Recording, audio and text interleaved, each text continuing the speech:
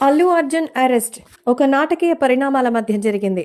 నిజంగా అల్లు అర్జున్ వలన ఎవరైనా ఇబ్బందులు ఎదుర్కొంటే మరి దానికి ప్రొసీడింగ్స్ ఇలాగే జరుగుతాయా? మరి ఒక టెర్రరిస్ట్ ని తీసుకుని వెళ్ళినట్టు ఇలా తీసుకెళ్లారంటే తెలంగాణ సీఎం రేవంత్ రెడ్డి మాత్రం ఆయన ఏమన్నా స్వాతంత్ర సమర యోధన లేకపోతే ఇంకోట ఆయన వల్ల ఒక ప్రాణం పోయిందంటే అరెస్ట్ చేయడం తప్పంటారా అంటూ మరి నిజంగానే ఘాటు వ్యాఖ్యలు చేశారు. మరి తెలంగాణ గవర్నమెంట్లో ముఖ్యంగా కాంగ్రెస్ ప్రభుత్వం ఇలాంటి దౌర్జన్యకరమైన నిర్ణయాలు సినిమా ఆర్టిస్టుల మీద ఎందుకు చూపిస్తోంది? సినిమా ఆర్టిస్టుల మీద తప్ప మిగతా వాటిలో అంతా ఇంతే కరెక్ట్గా ఉంటే రాష్ట్రం బాగుపడిపోయేదేమో అంటూ మిగతా వాళ్ళు కామెంట్ చేస్తున్నారు.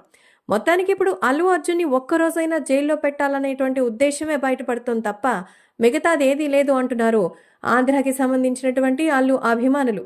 ముఖ్యంగా మెగా ఫ్యామిలీ నుంచి కూడా ఇలాంటి మాటలు వినిపిస్తోంది. అందులోనూ పవన్ కళ్యాణ్ ఒక డిప్యూటీ సీఎంగా ఉండి చంద్రబాబు నాయుడు, అల్లు అరవింద్ వీళ్ళందరికీ సన్నిహితులుగా ఉండడం, బీజేపీ సైతం వాళ్ళకి అనుకూలంగా ఉన్నటువంటి ఈ తరుణంలో మరి అల్లు అర్జున్ని ఒక్కరోజు అరెస్ట్ చేసి జైల్లో ఉంచినందుకు ఎలా వాళ్ళకి ఎవరికి నెరవేరింది? అసలు ఎందుకెందుకు టార్గెట్ చేశారనేదే చాలా కన్ఫ్యూషన్గా ఉంది.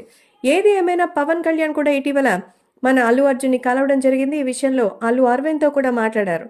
సో ఇప్పుడు ఇచ్చింది మధ్యంతర బెయిల్ 4 వారాల పాటు మాత్రమే. తర్వాత మళ్ళీ ఆయన పోలీసులతో కలిసి కోర్టుకు వెళ్లాల్సి ఉంటుంది. ఆ లోపల ఆయన రెగ్యులర్ బెయిల్ తీసుకోవాల్సి ఉంటుంది. మరి రెగ్యులర్ బెయిల్కి పోలీసులు అనుమతి ఇస్తారా?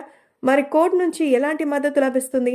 ఈ లోపలే అసలు దీనంతటికీ కారణం అల్లు అర్జున్ మాత్రమే అని ఎలా నిర్ణయిస్తారనే లాజిక్తోనే ఈ మరొకసారి రెగ్యులర్ బెయిల్కి అప్లై చేయబోతున్నట్టుగా సమాచారం.